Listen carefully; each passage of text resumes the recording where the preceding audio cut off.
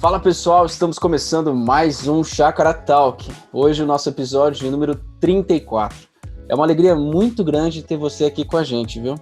E é o João Vinícius que está falando por aqui. E mais uma vez, Ricardo Agreste. Tudo bem, Ricardo?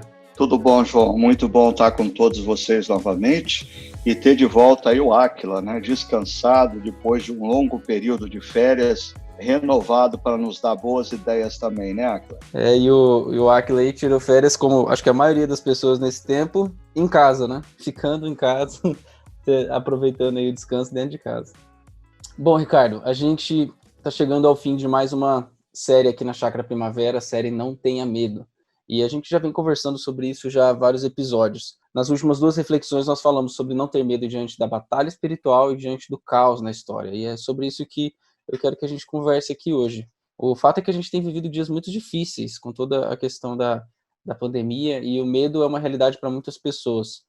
Eu creio que essa série ela traz um recurso muito importante para a gente revisitar várias vezes ainda, para que a gente lembre da nossa confiança diante de Deus e o cuidado que Ele tem sobre as nossas vidas. Então, eu até quero aproveitar aqui para falar para quem está nos ouvindo, vá lá no nosso site, chakra.org, e busque essa série. Tenho certeza que ela vai abençoar e continuar abençoando a sua vida.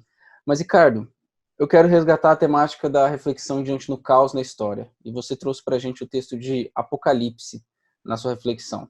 E eu tenho recebido muitas mensagens, muitas pessoas falando sobre esse tempo que nós estamos vivendo como um tempo apocalíptico, né? Então, pessoas tentando identificar os sinais dos tempos e tentando falar que, olha, isso está acontecendo porque Jesus vai voltar e tudo mais. O que você acha disso e o que é mais importante para a gente considerar ao lermos o livro de Apocalipse? Bom, João, nessa reflexão que nós fizemos em Apocalipse primeiro, a gente até começou a reflexão pontuando inúmeras coisas que estão acontecendo nos últimos meses, né, paralelamente à pandemia gerada pela Covid-19, a história da nuvem de gafanhotos, o ciclone bomba no sul do país, a nuvem de poeira que viajou o oceano, o crescimento da pobreza, da violência e até da corrupção, as manifestações envolvendo Black Lives Matter, e até os rumores de guerra,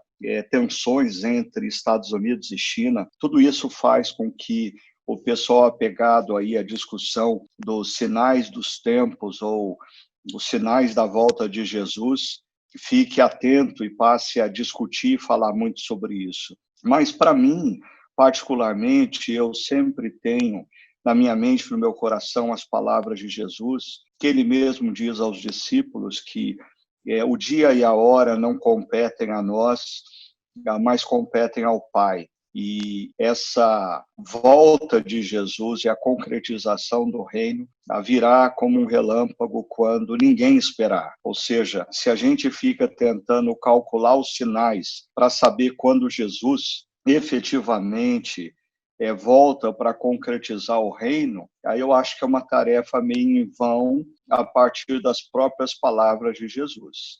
Mas o que eu acho que nós estamos vendo é a confirmação do que a palavra de Deus diz de maneira mais abrangente, que existe algo definitivamente errado no mundo. O mundo é um sistema instável. Esses conflitos, esses rumores de guerra, a pandemia, a nuvem de poeira, o ciclone bomba, a nuvem de gafanhotos, tudo aponta para uma verdade que a palavra de Deus diz desde as primeiras páginas da Bíblia, que o mundo em que nós vivemos é um mundo instável. E segunda coisa, esse mundo precisa de redenção, esse mundo precisa de restauração. Nós precisamos de uma intervenção do Criador para restaurar todas as coisas, porque é impossível viver nesse mundo com tanta instabilidade. E a mensagem central do livro de Apocalipse não está relacionada aos sinais de quando Jesus voltará. A mensagem central do livro de Apocalipse é destinada a uma igreja do primeiro século que estava sofrendo, que estava sendo vítima de perseguição, de violência, olhava ao seu redor e via o Império Romano como uma estrutura imbatível, uma estrutura grande demais, perto ou comparada à igreja, que era uma minoria frágil, mas a mensagem de Apocalipse é: tem esperança. Quem está sentado no trono é Jesus. Jesus vai conduzir a história até o seu final, e a história vai ser conduzida ao momento de restauração plena de todas as coisas, no momento em que não haverá mais dor, não haverá mais pandemia, não haverá mais peste, não haverá mais catástrofes naturais, e toda lágrima será enxugada dos nossos olhos, e nós vamos viver a plenitude do Shalom que Deus tem preparado para todos nós. Essa é a mensagem central do livro de Apocalipse. Apocalipse não deveria nos inspirar a ficar calculando dias ou meses para a volta de Jesus. Apocalipse deveria nos inspirar a, em tempos como esse que nós estamos vivendo, de tantas adversidades e caos, nós temos a esperança inabalável de que no final vai dar tudo certo.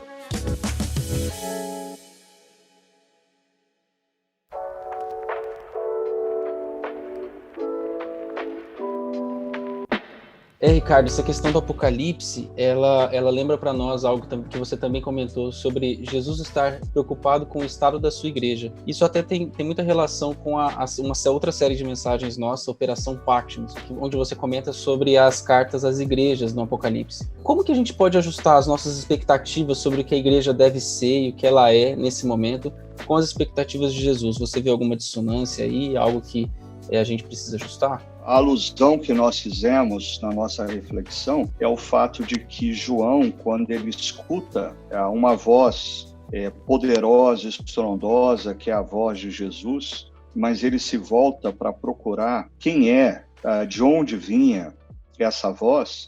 É interessante que a primeira visão que João tem não é a de Jesus, mas das 7 igrejas, dos candelabros. Então, nós falamos que é interessante que, num momento como esse, de dor, de sofrimento e adversidade, antes de enxergar Jesus, as pessoas vão enxergar a igreja. E tanto que a mensagem de Jesus em Apocalipse, ela se destina prioritariamente, nos primeiros capítulos, às 7 igrejas da Ásia Menor, que representavam a igreja com a qual João tinha uma maior proximidade, tinha uma relação de supervisão e de mentoria. E Jesus constantemente, nas 7 cartas a essas igrejas, vai falar de 3 temas. O primeiro deles é arrependimento. Jesus convida igrejas que abandonaram o primeiro amor, igrejas que foram consumidas pela mentalidade secular, igrejas que negociaram valores e princípios, a se arrepender e voltar a ele como o primeiro amor. Jesus vai falar também da renovação desse amor, dizendo que algumas igrejas, elas até estavam fazendo o que elas deveriam fazer, mas de maneira fria, sem paixão. Né? Existe o perigo de, no momento que a gente está vivendo, igrejas estarem sendo fiéis na transmissão dos seus cultos, na promoção do bem-estar social, levantando recursos para atender a população mais carente, até pastores cumprindo seu papel pastoral, mas existe o grande perigo da gente estar fazendo tudo isso sem amor, fazendo tudo isso de maneira pro forma, como a gente costuma falar, sem paixão, sem amor pelo cabeça da igreja, que é Jesus. E o terceiro tema que Jesus constantemente fala nessas 7 cartas às igrejas do Apocalipse é a perseverança, ou seja, o sofrimento, ele faz parte da história, as adversidades, elas compõem as histórias de homens e mulheres ao longo de toda a história bíblica. E Deus convida essas pessoas a perseverarem. Eu acho que essa é uma mensagem muito importante para nós, porque nós fazemos parte de uma geração que é hipersensível à diversidade. Diante da menor pressão, diante da menor tensão, diante da menor adversidade, a gente já corre para o analgésico para não sentir dor, para o antidepressivo, para não ficar triste, e a gente já começa a falar que está pesado demais, que está tenso demais, que é muita diversidade. E eu creio que assim esse momento que a gente está vivendo é um momento muito propício para a gente olhar para trás e perceber o que de fato foi sofrimento de homens e mulheres de Deus no passado e renovarmos as nossas forças diante da missão que nós temos no presente. Então, eu creio que a igreja, nesse momento, ao ler as 7 cartas, as igrejas do Apocalipse, precisa se repensar. Existe algo que nós devemos nos arrepender, precisa voltar ao amor. Nós precisamos voltar ao primeiro amor, nós precisamos voltar a nos apaixonar por Jesus. Muitos de nós estamos apaixonados pela organização, ou talvez pelo pregador, ou talvez por um estilo de igreja, não pelo Senhor da igreja, Jesus, e a gente precisa renovar o nosso amor por Ele. E, diante do sofrimento, da adversidade e das pressões que todos nós estamos sofrendo, a gente precisa se libertar dessa sina de sermos chamados de geração Nutella, ou seja, uma geração que não aguenta a dor, que não aguenta a menor pressão, e por amor a Jesus, perseverarmos, mostrarmos o nosso desejo de manter os princípios, os valores e a nossa conexão com a missão.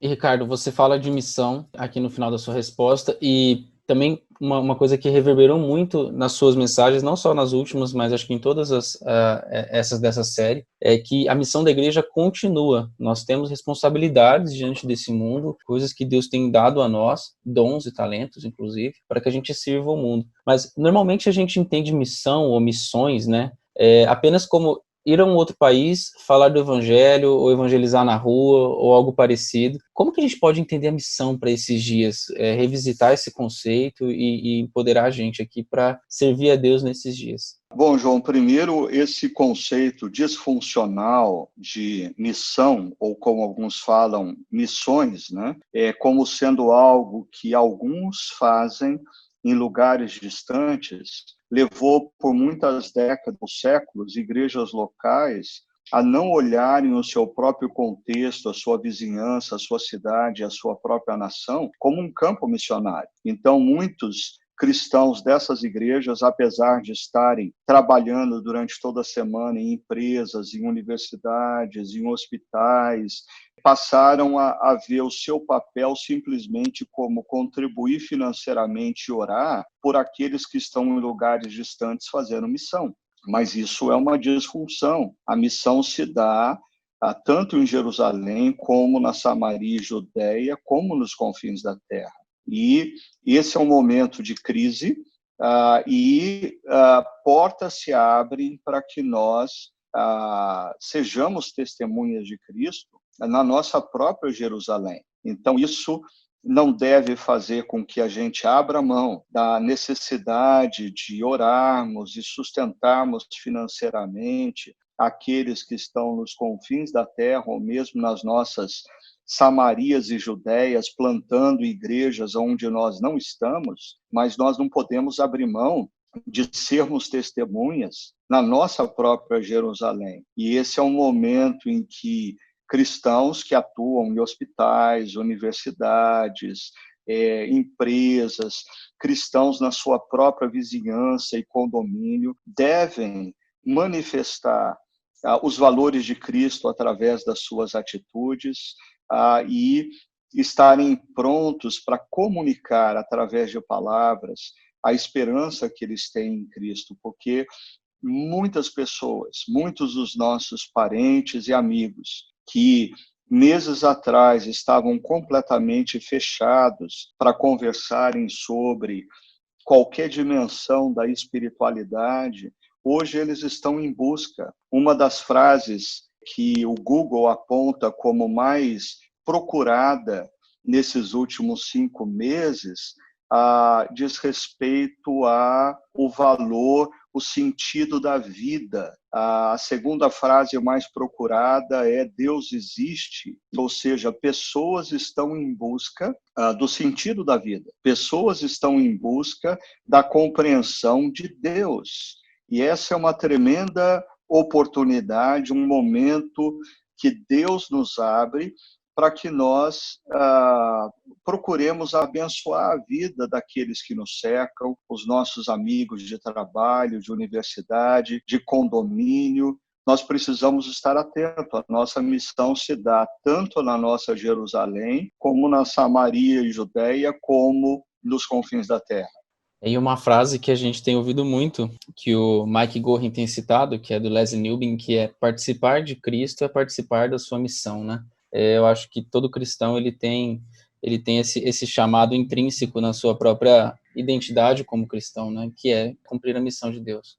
Se o último pedido de Jesus, enquanto presente na história, foi que a sua comunidade de discípulos fosse por todas as nações fazendo discípulos, com certeza, se nós nos afirmamos discípulos de Jesus, nós precisamos estar envolvidos com essa missão. Se nós não estamos envolvidos com essa missão, talvez nós sejamos religiosos, talvez nós sejamos simpáticos à causa, mas não necessariamente discípulos de Jesus, porque ser discípulo está diretamente relacionado à obediência ao mestre, ao rabi, e ele nos enviou para fazer discípulos. Então, vale a pena a gente parar e considerar aqueles que se afirmam cristãos. Quais são os discípulos que você tem feito nesses últimos meses em nome de Jesus?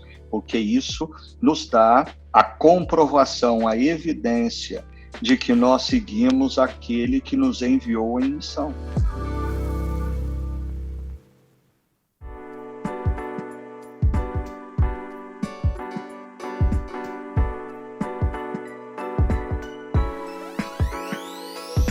Ricardo, ainda sobre missão, eu vejo que, assim, uma tentação muito grande que nós como igreja estamos passando nesse tempo de Covid é que, mas eu não posso sair de casa, mas está tudo tão difícil, temos várias questões emocionais aí, e realmente isso é verdade, né? Mas isso não muda o fato de que a gente tem uma missão para cumprir. Eu fico pensando assim, quando a gente olha para a igreja primitiva e olha para os primeiros cristãos, que é uma dificuldade maior do que um império inteiro atrás de você, onde o seu vizinho te denuncia se ele estiver orando, né? Onde sua vida tá correndo risco o tempo todo, e mesmo assim eles cumpriram a missão, né?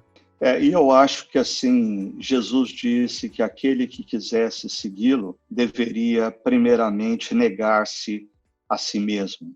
E eu acho que essa pandemia tem colocado cada um de nós diante dessa palavra de Jesus, porque essa pandemia tem feito homens e mulheres ponderarem e reivindicarem os seus direitos. Nós estamos sofrendo com o isolamento, nós estamos sofrendo com as restrições e, de repente, a gente tem uma onda de egocentrismo, aonde eu estou tenso, eu estou pressionado, eu estou cansado, eu estou esgotado.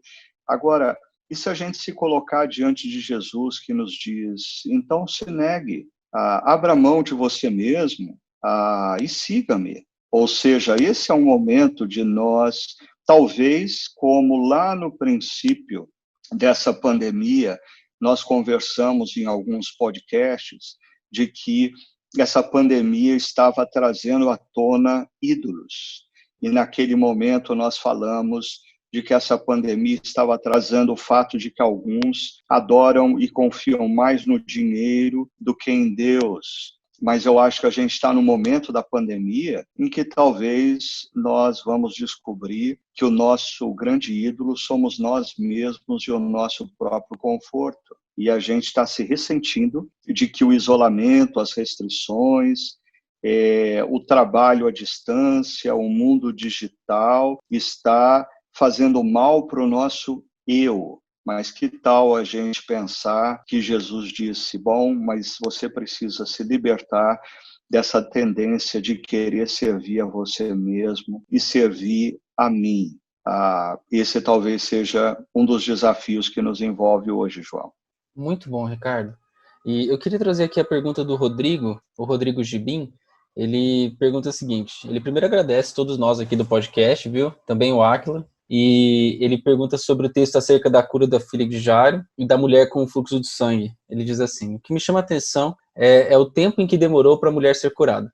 Muitos de nós recorremos a Deus contando que a resposta seja rápida, mas parece que não é assim, como é o caso da mulher. Do outro lado, temos a história de Jairo e sua filha, em que a cura é rápida. O que podemos tirar desse ponto sobre a nossa missão e o tempo de Deus?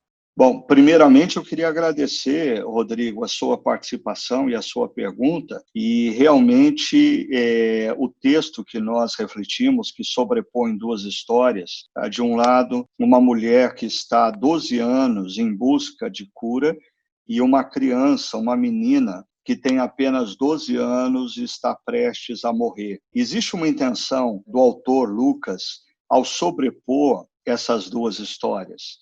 De um lado, você tem o pai da criança, que precisa de uma intervenção urgente. Do outro lado, você tem uma mulher anônima que há 12 anos busca uma intervenção, há 12 anos procura uma cura para a sua enfermidade. E eu creio que uma das coisas que a gente precisa refletir com essas duas histórias sobrepostas é que, na grande maioria das vezes, principalmente nós que vivemos nessa cultura do século XXI, onde a gente precisa de dinheiro, passa no caixa eletrônico e tem de forma imediata, a gente está com fome, vai num fast food e tem a comida de maneira imediata, nós somos condicionados a termos tudo muito rapidamente, e na espiritualidade, na nossa vida, as coisas não acontecem normalmente da noite para o dia. Deus tem processos nas nossas vidas e muitas vezes as nossas orações elas vão ser respondidas ao longo de meses e de anos da nossa existência. E, mais uma vez, a gente volta à questão da perseverança. Será que a nossa geração de cristãos, tão habituado a ver tudo de maneira tão imediata, é capaz de perseverar quando o sofrimento, a adversidade dura, como nós estamos vivenciando, 5 meses? E se essa adversidade durar 2 anos, nós ainda vamos perseverar? Então, eu creio que assim como aquela mulher que ao longo de 12 anos buscou pela cura, nós estamos vivendo um momento que nós precisamos exercitar a perseverança. É muito fácil a gente perseverar num mundo em que a gente sente dor de cabeça, toma um analgésico e a dor passou. A gente está meio triste, a gente toma um antidepressivo e a tristeza se dissipou. A gente está com fome, a gente liga para a pizzaria e em 20 minutos a pizza está em casa. Agora, a história daquela mulher nos mostra que muitas vezes Deus não lida assim com as nossas vidas. E talvez nós estejamos num momento da história e das nossas vidas que Deus está nos convidando a resgatar a paciência, resgatar a perseverança, resgatar a obediência a médio e longo prazo, não a curto prazo.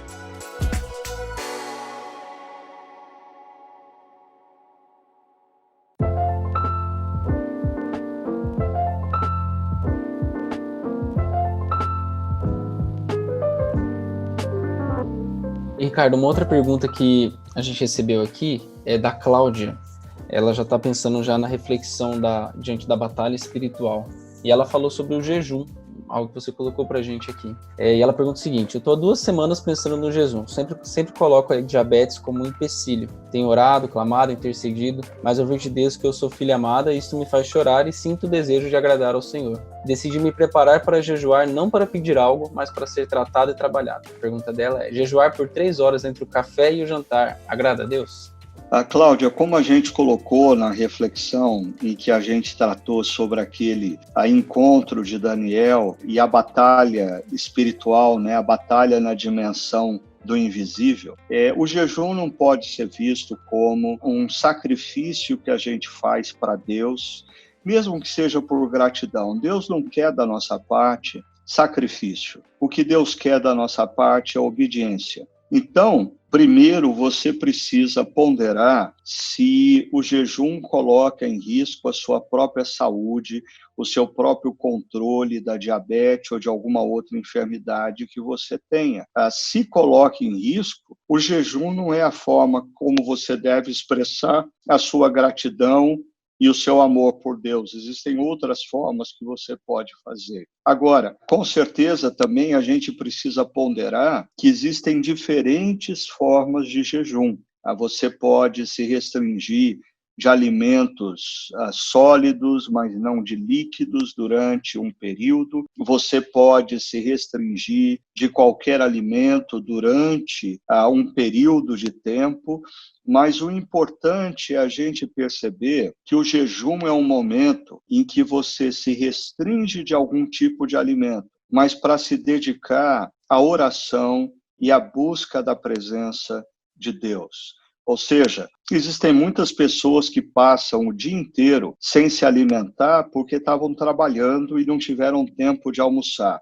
Isso não é jejum, isso é irresponsabilidade, isso é falta de disciplina, isso talvez seja até idolatria pelo próprio trabalho. O jejum pode ser um período curto, de 3, 4 horas, sim, desde que você dedique esse tempo com sensibilidade, encontre nesse tempo um momento de oração, de buscar a presença de Deus, de ler a palavra de Deus, de estar em comunhão com Deus. Mais uma vez eu digo, o jejum não pode ser confundido com greve de fome, nem penitência para alcançar qualquer tipo de bênção. Não. Deus nos abençoa porque Ele é Pai. Deus nos abençoa porque Ele é bondoso. E o jejum, ele é uma forma de nós buscarmos a presença de Deus para compreendermos melhor o seu mover nas nossas vidas, o seu mover na história e compreender a sua voz. Parece que no contexto de Daniel, esse foi o propósito do jejum, que ele se submeteu por 21 dias, se restringindo de alguns tipos de alimentos e bebidas. E acho que sobre o jejum, eu queria aproveitar essa temática, Ricardo, porque eu tenho a impressão de que não é muito falado nos circuitos cristãos sobre o jejum. Mas, de outro lado, eu tenho também visto um crescente interesse da medicina e de outras áreas sobre a importância do jejum, principalmente enfatizando os benefícios para desintoxicar o corpo e coisas assim. Como que você vê isso? E como que você acha que nós, enquanto comunidade cristã, a gente pode praticar o jejum, mas não ser motivado pelos benefícios? Porque parece aqui que as pessoas estão falando assim, nossa, a Bíblia fala de jejum, mas o meu médico falou que também é importante eu fazer jejum. Agora eu vou fazer jejum porque faz bem para mim. Então, como que as pessoas podem lidar com isso? Bom, eu acho que da mesma maneira como no meio religioso a gente pode confundir o jejum com uma espécie de penitência, no meio secular a gente pode confundir o jejum com regime. E o jejum não se propõe a ser um regime.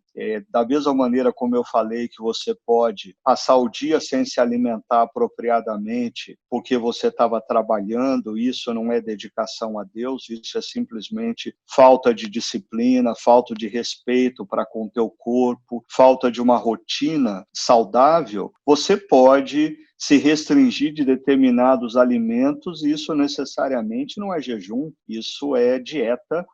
Você está querendo emagrecer e, por tabela, você diz que vai fazer um jejum. Não, a gente precisa se lembrar que o nosso Deus é aquele que conhece a motivação do nosso coração. Ou seja, quando a gente fala de jejum, a motivação primária e essencial do nosso coração tem que ser a presença de Deus.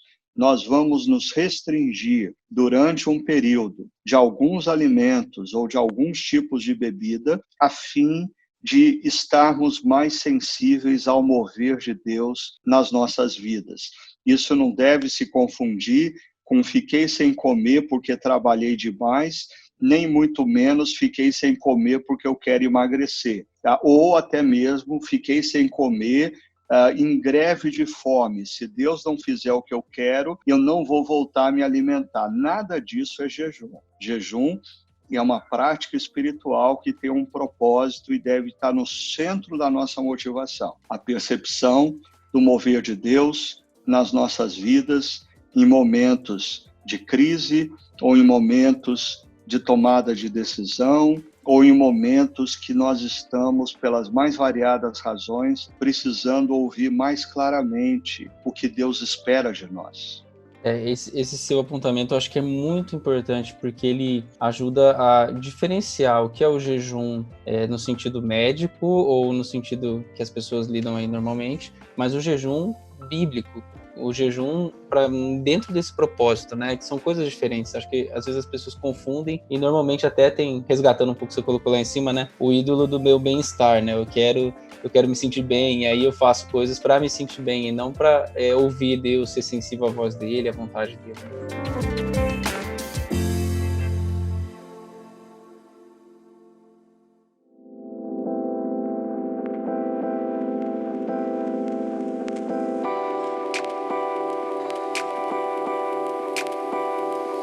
Mas, Ricardo, a gente tem uma outra pergunta aqui que recebemos, que ela combina um pouco aí tanto a mensagem, tanto a reflexão com o texto de Apocalipse quanto de Daniel.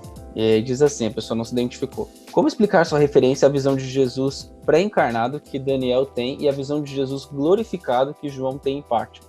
Se a revelação de Deus é progressiva, não seria mais correto se referir à visão de Daniel 10 como a de Jesus pré-encarnado e a de João em Apocalipse como a de Jesus glorificado, ou seja, pós-ressurreição? Ou a visão de Daniel se refere à identidade eterna do Filho, como Cordeiro glorificado desde a fundação do mundo?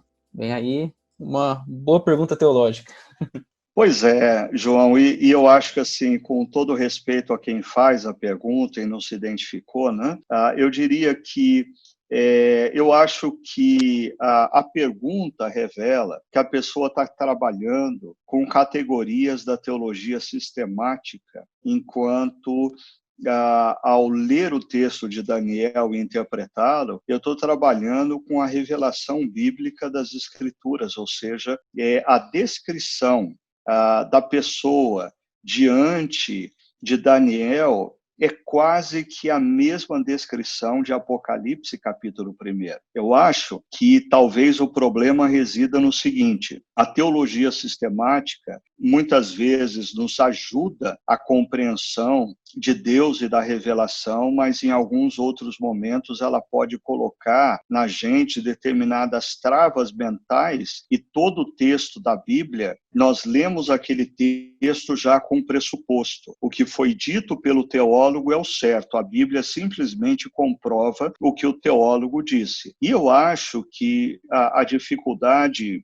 talvez, ou a distinção na maneira como eu vejo esse texto de Daniel 10 e a maneira como a pessoa que faz a pergunta ou faz a colocação vê, é que existe o perigo da gente achar que a eternidade é um mundo num tempo paralelo à história, ou seja, o Jesus que se apresenta em Daniel 10 é um Jesus anterior ao Jesus que se apresenta em Apocalipse 1 para João. Mas e se nós lembrarmos que na eternidade não existe cronos? Em que momento a eternidade se encontra? Será que a eternidade está em 2020? Será que na eternidade todos contemplam um único momento, quando a pandemia da Covid-19 assola o mundo?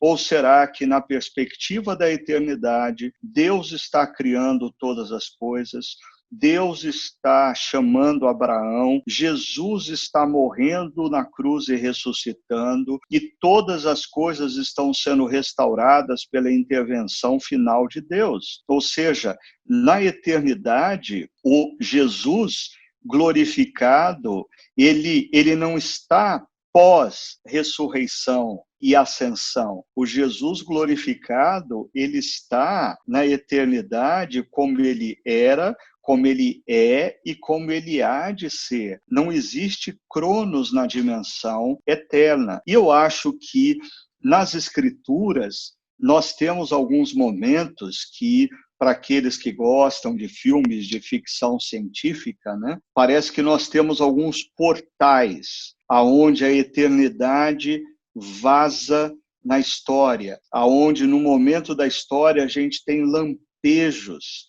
da eternidade. E a visão que Daniel tem de Jesus, o Filho do Homem, é um lampejo da eternidade. Essa é a minha compreensão, ou seja, eu acho que querer amarrar essa coisa de Daniel 10 é o Jesus pré-encarnado e João 1 é o Jesus glorificado, é a gente tentar colocar cronos na eternidade. E a eternidade não tem cronos. Então, quando a eternidade vaza na história, nós não estamos amarrados ao cronos da história. Sensacional, Ricardo. E uma coisa que a gente tem feito aqui no podcast, quando a gente está chegando ao fim de uma série, a gente fez isso com o Caio Corona, e eu queria aqui colocar essa oportunidade também para você deixar uma mensagem final, porque a gente chegou ao fim de uma série de reflexões. Então, qual seria seu tweet final aí, o que você entende como mais importante para quem está nos ouvindo sobre tudo que a gente falou nessas últimas reflexões? Bom, primeiro, eu acho que quando a gente pega o tema central da série, não tenha medo, eu ouvi de algumas pessoas algumas coisas do tipo, mas eu não tenho medo, eu não estou com medo da Covid-19, eu não tenho medo de ser contaminado. E eu procurei sempre falar com essas pessoas que, com certeza, eu não acho que o medo central nesse momento é da Covid-19. Os jovens, principalmente, eles não estão com medo de serem contaminados, ou esse não é o medo central. Mas existem medos que nos envolvem nesse momento. Por exemplo, um jovem pode não ter medo de ser contaminado, mas talvez esse jovem tenha medo de ser um vetor dessa enfermidade e, consequentemente, da morte para um parente querido, para um tio mais velho, para um avô, para um pai, para uma mãe. Talvez não exista medo da contaminação, mas exista medo do que vai acontecer na economia como decorrência da Covid-19. Exista medo do que vai ser da sociedade diante dessa intensificação da polarização política gerada pela Covid-19. Talvez exista medo do emocional. Alguns não têm medo de serem contaminados, mas têm medo de chegar em um momento onde o emocional vai colapsar devido à pressão, ao isolamento. E em meio a todos esses medos, o que Deus fala nas Escrituras ou na sua palavra? Ele diz: meu filho, você pode não estar compreendendo o que está acontecendo como um todo, mas eu te amo e eu estou com você. Ou, minha filha, você pode estar passando por um momento de sofrimento, de lágrimas, de adversidade, mas eu quero que você tenha certeza de uma coisa: eu não te deixei sozinha, eu te amo, eu estou com você. Então, eu acho que o cerne dessa nossa série não é o medo.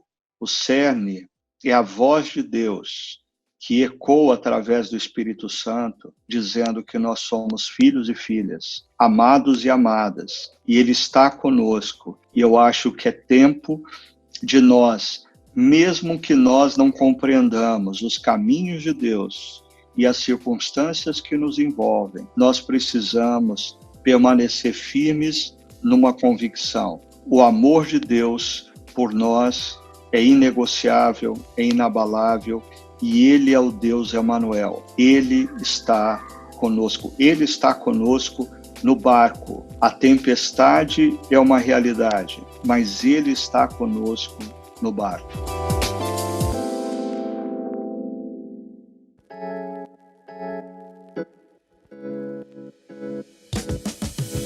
Ricardo, e agora nós temos a nossa próxima série, Reconstrução, a Agenda de uma Geração. O que vem por aí? Bom, nós vamos conversar um pouquinho sobre um outro personagem bíblico e nós vamos estudar e refletir nos primeiros capítulos do livro de Neemias. Neemias, ele se depara com uma situação caótica.